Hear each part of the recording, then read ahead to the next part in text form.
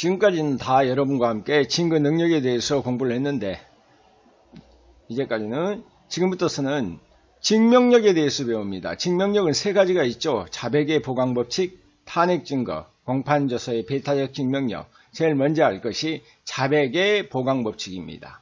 그러면 자백은 있는데 뭐가 있어야 되냐? 그 자백만 가지고 유죄를 선고할 수 없고 보강증거가 있어야 된다. 그래서 자백에 의해서 증거 능력이 있고 신용성이 있어 믿을만해 그 자백이 한다 할지라도 그래서 법관이 그놈에 의해서 심증을 다 얻었다 할지라도 보강 증거가 없다면 뭘 할 수 없다. 유죄를 선고할 수 없다. 그러면 이걸 다른 말로 하면 즉 자백에 대하여 법관의 유죄의 심증을 얻은 때에도 보강 증거가 없으면 유죄 판결을 할 수 없다는 의미에서 자 자백의 보강 법칙은 무엇에 대한 애냐면 법관의 자유 심증주에 대한 예외가 됩니다. 법전을 볼까요? 불이익한 자백의 증거 능력 해가지고 피고인의 자백이 그 피고인에게 불이익한 유일한 증거일 때는 이를 유죄의 증거로 하지 못한다. 이런 제도를 둔 이유가 뭐겠냐? 그러면 자백의 보강 증거를 요구하는 것은 자백의 진실성을 담보하고 오판의 위험을 배제하고 자백 편중에 그 판결을 함으로써 인권을 침해하는 것을 방지하려는 데 있습니다. 그러면 이 자백의 보강 법칙이 적용을 받는 것과 안 받는 것이 있는데 안 받는 것. 자, 자백 적용 범위를 한번 자세히 보세요. 자백의 보강 법칙은 일반 형사 절차에 적용된다. 따라서 직결심판의 절차에 적용하는 직결심판과 소년법 적용을 받는 소년보호 사건은 보강법칙이 적용되지 아니하므로 그래서 직결하고 소년보호 사건은 보강법칙이 적용이 되냐 안 되냐 하면 되지 않는다. 그래서 자백만으로 사실을 인정하여도 이 법은 아니다. 직결하고 소년보호 사건 알아두십시오. 그러나 형사사건 이상 간이공판 절차라든가 약식명령 절차에서도 자백의 보강법칙은 반드시 적용됩니다. 그러면 보강이 필요한 자백, 어떤 자백에 보강이 필요하느냐? 일단 그 자백을 하는 주체는 피고인의 자백입니다. 자, 보강 증거의 증명력의 보강을 요하는 것은 피고인의 자백이다. 피고인이 아닌 참고인이나 증인의 증언은 보강 증거가 필요 없다 그래야죠. 그런데 이 피고인의 자백이란 반드시 그 피고인이 피고인의 지위에서 한 자백이 하나지 않습니다. 피의자의 지위에서 수사기관에 대해서 자백을 하거나 참고인 증인으로서 한 자백도 그 후에 피고인이 됐다면 이것은 피고인의 자백이 됩니다. 자백의 상대방은 우리가 자백에서 그랬죠. 수사기관의 사인에 의한 자백도 다 포함됩니다. 그래서 구두에 의한 자백이나 상대방 없는 서면에 의하게 기술된 일기장, 수첩등도 다 자백으로 포함된다.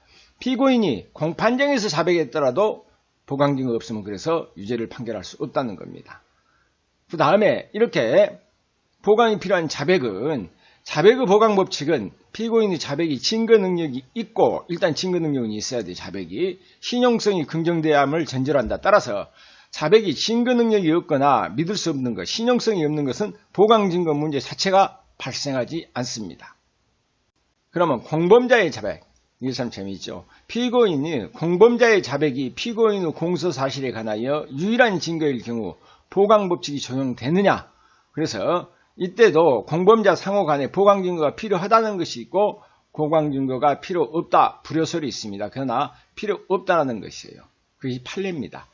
공범자의 자백을 피고인의 자백이라고 할 수 없으므로 공범자의 자백에 대해서 보강증거를 요하지 않는다. 그러면 그 밑에 판례를 한번 볼까요? 판례 형사소송법 310조의 피고인의 자백에는 공범인 공동피고인의 진술은 피고인의 자백에는 공동피고인의 진술이 포함되지 않으며 이러한 공동피고인의 진술에 대하여 피고인의 반대신문권이 보장되어 있어 독립한 증거 능력이 있다.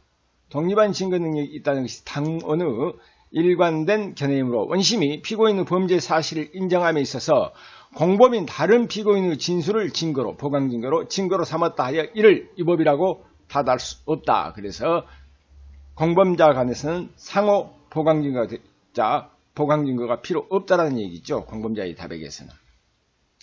자, 그러면 보강증거의 자격, 보강증거가 어떤 자격이 있어야 보강증거로 쓸 수 있느냐? 일단 보강증거도 증거이기 때문에 증거 능력이 있어야 됩니다.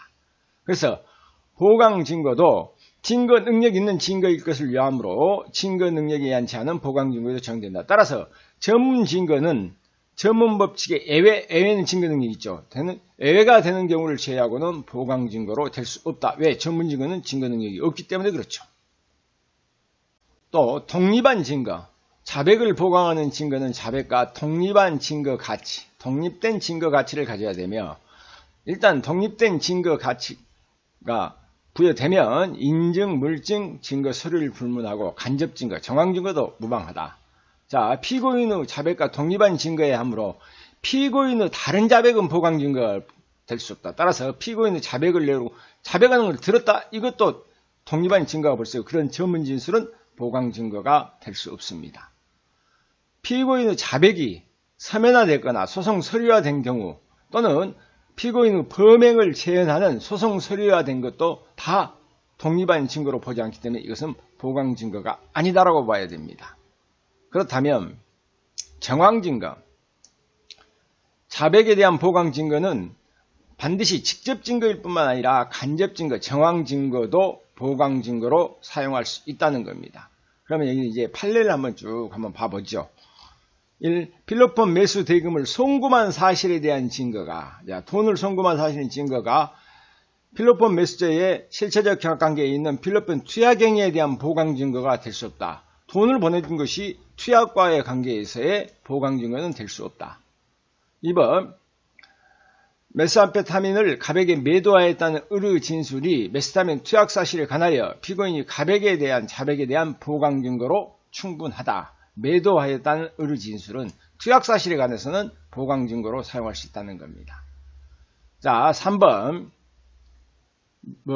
소변검사에서 채취한 소변검사에서 쉽게 해서 마약 성분이 나왔다 이거야. 위 소변검사는 메스암페타민을 투약했다는 자백에 대한 보강 증거가 될 수 있으면 물론 같은 달 13일 메스타민을 투약했다는 자백에 대한 보강 증거도 될 수 있다.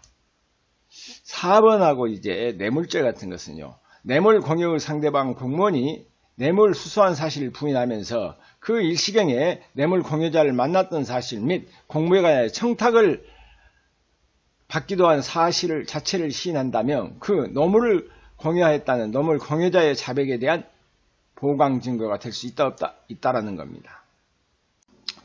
뇌물 수수자가 무자격자인 뇌물 공여자라 하여금 건축공사 하도급을 받도록 알선하고 그 하도급 계약을 승인을 받도록 하여 공사와 관련하여 각종 편의를 제공한 사실을 인정할 수 있는 증거들은 뇌물 공여자에 대해서 보강 증거가 될 수 있다. 만약에 자동차 등록증을 차량 소유자가 피고인으로 등록 기재된 것은 피고인이 그 차량을 운전하였다는 사실에 대한 자백에 대한 보강 증거가 될 수 있고 그 말이죠. 결과적으로 피고인이 미모의 운전의 전체 범죄 사실을 보강 증거로도 충분하다. 7번에 같은 경우 한번 볼까요? 피고인 자신이 거주하는 다세대 주택이 여러 세대 7건을 절도행위를 한 것으로 기소되었는데 그중 4건의 범죄 사실은 구체적 호수가 특정되지 않는 사안에서 4건에 관하여 피고인의 범행과 관련 진술은 매우 사실적, 구체적, 합리적 진술의 신빙성이 의심할 만한 사유가 없는데도 자백의 자백의 진실성이 인정되므로 피고인이 집에서 피해품의 압수한 압수조서와 압수물의 사진은 이 자백에 대한 보강 증거가 된다는 겁니다. 8번에 자신이 운영하는 게임장에서 미등록 게임기를 판매 유통시켰다는 공소 사실에 관하여서 미등급 게임기 설치된 게임장 내부 사진 및 피고인 명의의 게임 제공업자 등록증 등은 증거가 자백의 진실성을 담보하기 충분한 보강 증거가 된다. 자, 9번에 봅시다. 피고인의 범죄 혐의를 받기 전에 수첩화 기록한 내용은 자신의 범죄 사실을 시인하는 자백이라고 볼 수 없으므로 피고인이 검찰에서 자백에 대한 보강 증거가 될 수 있다 그런 말입니다. 범죄 혐의를 받기 전에 수첩에 기록한 내용 같은 거. 그러면 그 이제 밑에 요겁니다. 이 7번하고 9번하고 10번은 같은 맥락입니다. 상업장부나 항해일지, 진료일지 또는 이와 유사한 금전출납과와 같이 범죄 사실의 일부 인정 여부와 관계없이 자기에게 맡겨진 사무를 처리하는 사무 내력을 그때그때 계속적 기계적으로 기재한 문서의 경우는 별개의 독립된 증거 자료로 볼 수 있기 때문에 자 이를 피고인의 범죄사실 자백하는 문서라고 볼 수 없다. 그렇기 때문에 그렇게 범죄 혐의를 받기 전에 수첩에 기록한 내용은 보강증거가 될 수 있다 그 말입니다. 그래서 이 판례 9번하고 10번을 연관 지어가지고 잘 봐두시기 바랍니다. 공범자의 자백은 상호 보강증거가 될 수 있다 그랬죠. 공범자의 자백은 피고인의 자백과는 별개의 독립한 증거다 아니냐, 이게 중요하죠. 별개의 독립한 증거이기 때문에 피고인의 자백에 대하여 보강증거로 사용할 수 있다. 1. 피고인의 자백은 이에 대한 피고인의 반대 신문권이 보장되어 있어 증인으로 신문하는 경우와 다를 바 없으므로 독립한 증거 능력이 있고 이들 피고인들과의 이해관계가 상반된다 하더라도 마찬가지다.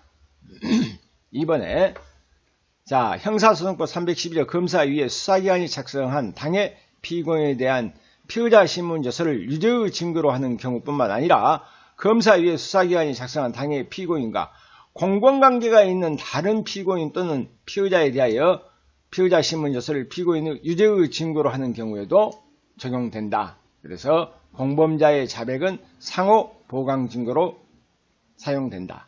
그러면 보강증거의 범위, 보강증거에 대해서 견해의 대립이 있죠. 보강증거의 제체설, 제체의 전부 또는 중요 부분에 대한 보강이 필요하다는 것, 진실담보설. 우리 판례는 진실담보설을 취하고 있습니다. 자백에 대한 보강증거는 자백의 진실성을 담보할 정도면 족하다는 견해로서 자백의 보강증거를 요구하는 이유가 오판을 방지하며 자백의 진실성이 담보되며 오판의 위험성이 없다는 것을 논거로 들고 있다. 이에 대해 절도 자백에 대한 압수된 작물, 자, 살인의 자백에 대해 피해자의 사체는 보강증거로 충분하다. 그래서 판례를 볼까요? 1. 자백의 보강증거는 범죄 사실의 전부나 중요 부분을 인정할 수 있는 정도가 되지 않더라도 자백이 가공한 것이 아닌 진실한 것임을 인정할 수 있을 정도만 되면 족할 뿐만 아니라 직접 증거가 아닌 간접 증거나 정황 증거도 보강 증거가 될 수 있다. 그 밑에도 똑같은 내용입니다. 자백에 대한 보강 증거는 자백의 보강 증거 사이에 어느 정도 차이가 있어도 중요 부분이 일치하고 이로써 진실성이 담보되면 보강 증거로서의 자격이 있다 그러죠.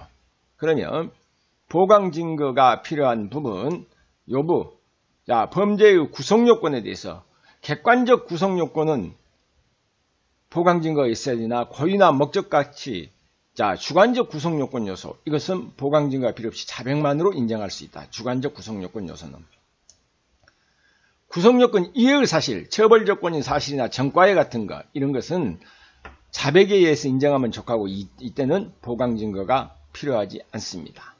그러면 죄수와 관계된 것, 이건 좀 눈여겨봐 두십시오. 경합범, 이건 수개 때문에 경합범은 수개의 죄면 각각의 범죄에 대해서 보강 증거가 필요합니다. 상상적 경합, 실제법상은 수재인데 수재이므로 각 죄에 대해서 보강 증거가 필요하다는 견해야 중한 범죄에 대해서만 보강 증거가 필요한 견해의 대립이 있는 부분은 상상적 견합입니다. 포괄일죄, 개개의 행위가 독립된 의미가 없는 경우에는 보강 증거가 필요 없지만 포괄일죄라 하더라도 상습범이나 연속범과 같이 구성요건상 독립된 의미를 가진 경우 개별적으로 보강 증거가 필요합니다. 그러면 판례를 한번 볼까요? 소변 검사 결과 압수된 약물은 결국 피고인이 투약 습성이 있었던 점에서 정황 증거에 불과하다 할 것이므로 피고인의 습격이 범죄의 구성요건으로 하여 포괄일죄인 상습범에 있어서 이를 구성하는 각 행위에 관하여 개별적으로 보강 증거를 요구하고 있는 점에 비추어 보면 투약 습성에 관한 정황 증거만으로 향정신성 의약품 관리법 위반죄의 객관적 구성 요건인 각 투약 행위가 있었다는 점에서 보강 증거로는 삼을 수 없다라는 얘기죠. 그래서 포괄일죄 같이 상습범은 각 구성하는 각 행위에 대해서 개별적으로 보강 증거를 요구하고 있다. 판례. 그렇다면 보강 증거의 증명력, 보강 증거는 그 자체만으로 범죄 사실을 인정할 수 있음을 요하지 아니하고 자백과 보강 증거를 종합해서 범죄 사실을 인정할 수 있을 정도만 되면 그 증명력으로는 충분합니다. 자, 보강법칙, 자백에 보강 증거가 없는데도 유죄를 선고했다. 이때는 자백을 유일한 증거로 유죄 판결을 받을 때는 상소나 항고 이후에 해당됩니다. 그러나 자백이 유일한 증거로 한 유죄 판결이 확정된 경우는 비상상고 이유까지는 되지만 무죄의 증거가 발견된 경우가 아니므로 재심 사유는 되지 않는다는 것 여기까지 알아두시기 바랍니다.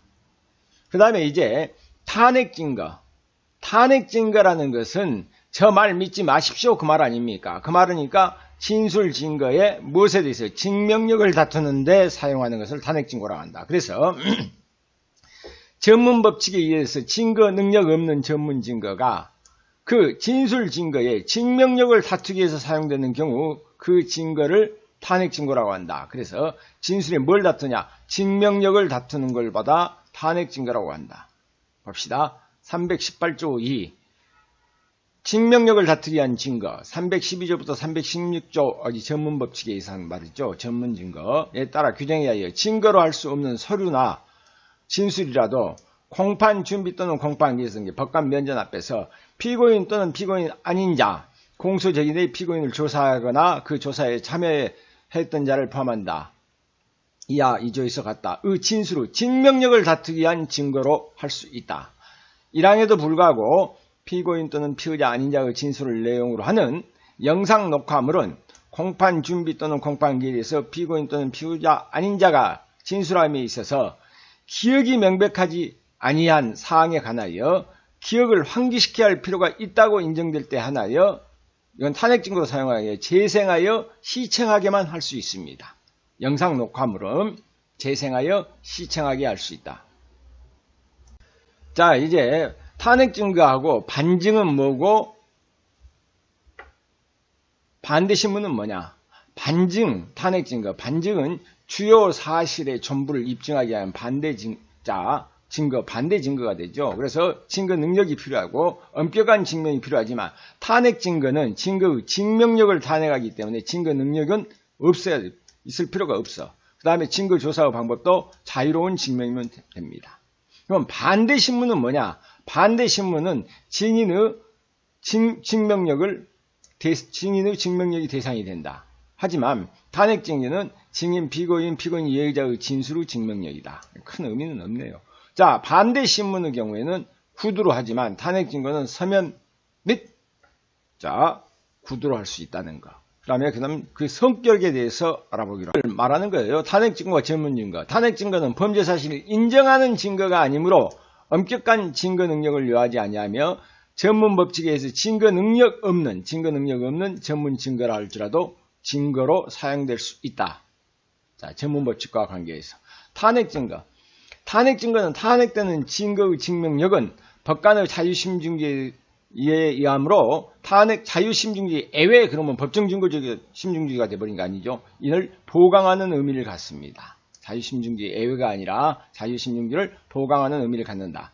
탄핵 증거와 반증, 진술의 증명력을 다투는 방법으로 탄핵 증거 외에 반대 신문과 반증이 있다. 그러나 반증은 증거 능력이 있는 증거라는 점에서 탄핵 증거와 다르다. 아까 도표로 다 봤습니다.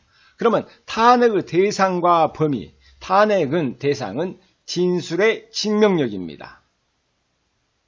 탄핵의 대상은 공판 준비, 공판 기일에서 법관 면전에서 피고인 또는 피고인 아닌 자의 진술의 증명력이다. 그래서 진술의 증명력은 진술의 신빙성, 믿고 안 믿고 부분. 피고인 아닌 자에는 수사기관에서 피의자를 조사하거나 조사에 참여했던 자의 법정 증언도 증거 능력 없는 서류나 진술로서 탄핵의 대상이 됩니다. 자기 측 증인의 증언도 탄핵의 대상이 되겠죠. 불리한 증언을 한다면. 그래서 여기서 피고인의 진술에 대해서 탄핵의 대상이 될 수 있는가에 대해서 견해의 대립은 있으나, 자, 318조 2가 명문으로 피고인의 진술을 탄핵의 대상으로 허용하고 있는 이상 이를 부정할 수는 없다는 겁니다. 그럼 볼까요?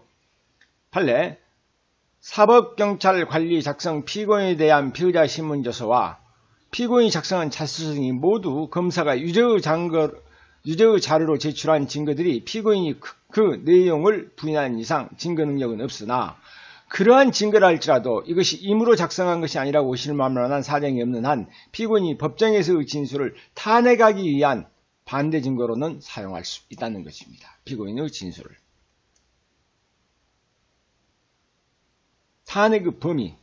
탄핵의 범위, 즉 증명력을 다툰다는 의미에서 견해의 대립이 있으나 증명력을 감세하는 경우 이에 공평 원칙상 감세된 증명력을 회복하기 위한 경우도 포함되나 처음부터 지지 보강, 이것은 보강 증거가 되죠. 이때는 포함되지 않는다라고 해야 된다. 그래서 범죄 사실, 간접 사실을 인정하는 증거로 탄핵 증거를 사용할 수, 범죄를 먼저부터 인정하거나 지지하거나 보강하는 것으로는 사용할 수 없다는 얘기죠. 그러면 탄핵 증거의 자격을 봅시다. 일단 의무성 없는 자백이나 유법수집 증거는 탄핵 증거로도 아예 사용할 수가 없습니다. 이거. 그러면 탄핵 증거와 성립의 진정. 판례는 탄핵 증거에 대해 성립의 진정이 인정될 것을 요구되지 않는다라고 판시했다. 그러니까 서명 날인이 없어도 그냥 탄핵 증거로는 사용할 수 있다. 다섯설은 진술자가 진술의 내용을 정확히 기재되어 있는가를 확인하지 않는 진술 서류는 이중의 전문이라는 것이므로 그 서명 날인이 있는 경우에 한해서만 탄핵 증거가 될 수 있다라고 다섯설은 그럽니다. 그러나 판례를 우리가 알고 있어야 되겠죠. 자, 판례. 유죄 자료가 인정되는 것으로 제출된 증거의 반대 증거인 서류 및 진술에 대하여 그 유죄 사실을 인정하는 증거가 아니므로 그 진정 성립이 증명되지 아니하거나 전문 증거로서 상대방이 증거함에 동의한 바 없어도 증명력을 다투기 위한 자료로서는 사용할 수 있다라는 거. 이 판례도 알아두십시오. 영상 녹화물. 그러면 피고인 또는 피고인 아닌 자의 진술을 내용으로 하는 영상 녹화물은 원칙적으로는 탄핵 증거로는 사용할 수 없다 그랬죠. 그러나 어쩔 때 사용하냐? 피고인이 기억 불명을 이유로 제대로 진술하지 못하거나 수사기관에서의 진술과 달리 진술하는 경우 또는 증인이 증언할 때 기억이 명백하지 아니한 사항이 있어서 기억을 환기시켜야 할 필요가 있다고 인정되는 경우에 하나여 피고인 또는 피고인 아닌 자에게 재생하여 시청하게 할 수 있습니다. 4번에 자기 모순의 진술. 증인이 공판정에서 증언을 탄핵하기 위해서 증언을 한 이후에 수사기관에 작성한 진술서를 제출하는 것은 허용되는가? 이건 판례가 허용되지 않는다 그랬죠. 허용되는 것에 관해서도 증인의 재소환이 가능한 이상 공판 중심주의 취지에 비춰 탄핵 증거로 사용되지 않는다. 증언 후에 수사기관에서 불러서 진술 조서를 작성해갖고 제출하는 거 안 된다는 거죠. 탄핵 증거는 어떻게 조사의 방법에 대해서. 자, 탄핵 증거의 조사 방법에 대해 견해 대립은 있으나 증거 능력 없는 전문 증거가 탄핵 증거로 사용된다면서 고려하면 어디에서? 공판정에서 조사는 필요합니다. 조사는 필요하지만 증거 조사의 방법은 엄격한 증거 조사의 절차와 방식을 요하는 것이 아니라 자유로운 증명이면 족하다. 그래서 그 밑에 판례 보면 탄핵 증거는 범죄 사실을 인정하는 증거가 아니므로 엄격한 증거 조사를 거쳐야 할 필요가 없음은 자, 형사등록 318조 2의 규정에서 명백하나 법정에서 이에 대한 탄핵 증거의 증거 조사는 필요한 것이고 그 다음에 쭉 밑에 보면은 사실관계와 입증 취지를 미리 구체적으로 명시할 것이며 증명력을 다투고자 하는 증명력을 다투고자 하는 증거의 어느 부분에 대한 진술, 어느 부분을 다투려고 하는 것인지 사전에 상대방에게 알려주기는 해야 된다는 것 판례입니다. 그 다음에 이제 증명력에 대해서 마지막 공판조서의 증명력, 우리가 보통 말할 때 공판조서의 배타적 증명력이라고도 얘기를 하죠. 그러면 공판조서가 뭐냐? 그러면 공판조서란 재판한 날, 그러니까 공판기일에 소송 절차를 이렇게 회의록식으로 다 작성해 놓은 것을 말합니다. 그래서 공판조서란 공판기일에 소송 절차를 기재한 조서를 말한다. 즉 공판조서는 누가 하냐? 공판에 참여한 법원 사무관 등이 작성하고 재판장과 공판에 참여한 법원 사무관 등이 기명, 날인 또는 서명한 것이다. 그렇다면 법전을 먼저 보고요. 56종 공판조서의 증명력, 공판기일이라 그러고 소송 절차로서 절차라 그랬고 공판조서에 기재된 것, 기재되었다 했어요. 그 조서만으로 증명한다. 다른 것으로 증명은 인정되지 않고 그 조서만으로 증명한다. 그래서 배타적 증명력입니다. 제도 취지. 자, 재판을 받으면서 자, 1심에서 절차가 잘못됐다 계속 따지면 그 절차가 맞는가 틀린가는 이렇게 공판 조서만 보고 해야지. 다시 그 절차를 다시 하면은 계속 재판이 자, 지연되고 그 다음에 그 부분에 대해서 증명해라 그러면 말이 안 되겠죠. 그래서 공판기일의 소송 절차가 법령 위반인가가 상소심에서 심판하는 경우 원심의 법관이나 법원 사무관 등을 다시 증인으로 불러서 심문할 수는 없죠. 그래서 불필요한 소송 절차가 반복되므로 사전에 상소심 절차의 지연을 방지, 신속한 재판이겠죠. 방지하기 위해서 공판조서의 공판기일의 소송 절차를 배타적 증명력을 인정한 것이다. 배타적 증명력을 인정한다라는 것은 다른 증거를 참작하나 반증을 허용하지 않고 공판조서에 기재된 대로 그대로 인정한다는 것을 배타적 증명력이라고 합니다. 이건 자유심증주의 예외죠. 법관의 심증과 관계없이 증명력은 증명력이라고 할지라도 공판조서에 기재된 공판기일의 소송 절차는 기재된 대로 인정해야 된다. 그래서 자유심증주의에 대해서는 이것은 예외가 된다. 그래야 맞죠. 그러면 증명력이 인정되는 범위는 여기 세 가지가 나와 있죠. 기일, 절차, 기재. 이 세 가지가 있어야 된다. 공판기일의 소송 절차, 공판기일. 그래서 공판조서에서 증명할 수 있는 것은 공판기일의 절차에 한한다. 만약에 공판준비 절차나 공판기일 외 증인신문 검증은 배타적 증명력이 인정되지 않습니다. 그 다음에 공판기일의 당해 사건에 대한 소송 절차여야 된다. 그래서 당해 사건에 대한 공판조서에 한하므로 다른 사건은 배타적 증명력이 인정되지 않습니다. 그러면 이 소송 절차라 할지라도 그냥 공판 절차라 할지라도 소송 절차에 대해서만 인정된다. 실체에 대해서는 인정되지 않는다 그 말이죠. 피고인이나 증인이 진술한 것은 소송 절차에 해당하나 진술의 내용과 같은 실체면에 관한 사항은 공판조서에 기재됐다 할지라도 증거에 의해서 다툴 수 있습니다. 그러니까 소송 절차 중에서 무엇에 대해서 소송 절차만 배타적 증명력이 인정되지 실체에 관한 것은 배타적 증명이 인정되지 않는다는 것이죠. 공판조서에 그러면 다음에는 이제 기재된 소송 절차입니다. 기재된 사항에 대한 증명, 배타적 증명력은 공판조서에 기재된 절차에 대해서만 인정된다.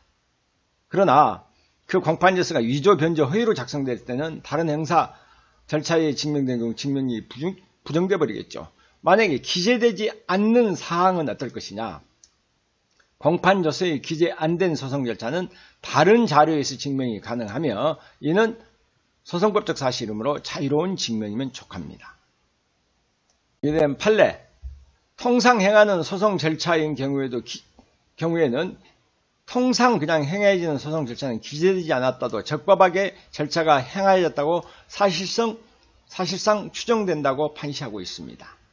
자, 기계가 만약에 어기거나 불명확할 때 공판조서에 기재된 사항이라도 기재가 불분명하거나 모순이 있는 경우에 공판조서의 배타적 증명력은 인정되지 않습니다. 그렇다면 배타적 증명력이 있는 공판조서이기 때문에 일단 유효한 조서를 존재로 해야 됩니다. 그래서 공판조서의 배타적 증명력은 유효한 공판조서가 존재할 것을 전제로 한다. 따라서 공판조서를 작성하지 않았기 때문에 처음부터 존재하지 않는 경우 이때는 공판조서의 배타적 증명력이 문제 자체가 되지 않죠. 공판조서의 멸실무효, 공판조서가 멸실무효인 것은 상소심에서 원심 판결의 소송 절차가 위법함을 다툴 때 항소심은 원심 공판 절차의 법령 여부를 다른 자료에 의해서 사실 인정이 가능합니다. 멸실무효인 경우에는. 그러면 이 판례 몇 개만 보고 가죠. 판례 1번 형사소송법 제56조는 공판기일의 소송 절차로서 공판조서에 기재된 것은 그 조서만으로 증명된다라고 규정하고 있으므로 소송 절차에 관해서 공판조서에 기재된 대로 공판 절차가 진행된 것으로 증명되고 다른 자료에 의한 반증은 허용되지 아니하나 공판조서의 기재가 소송 기록상 명백한 오기인 경우에는 공판조서는 그 올바른 내용에 따라서 증명력을 갖는다. 자, 2번 동일한 사항에 대해서 두 개의 서로 다른 내용이 기재가 된 공판조서가 병전하는 경우 양자는 동일한 증명력을 가지므로 그 증명이 우열이 있을 수 없다고 봐야 할 것이다. 그래서 그중 어느 쪽이 진실한 것으로 볼 것인지 공판조서의 증명력의 판단 문제로 그때는 어쩔 것이냐 법관의 자유로운 심증에 따를 수밖에 없다는 겁니다.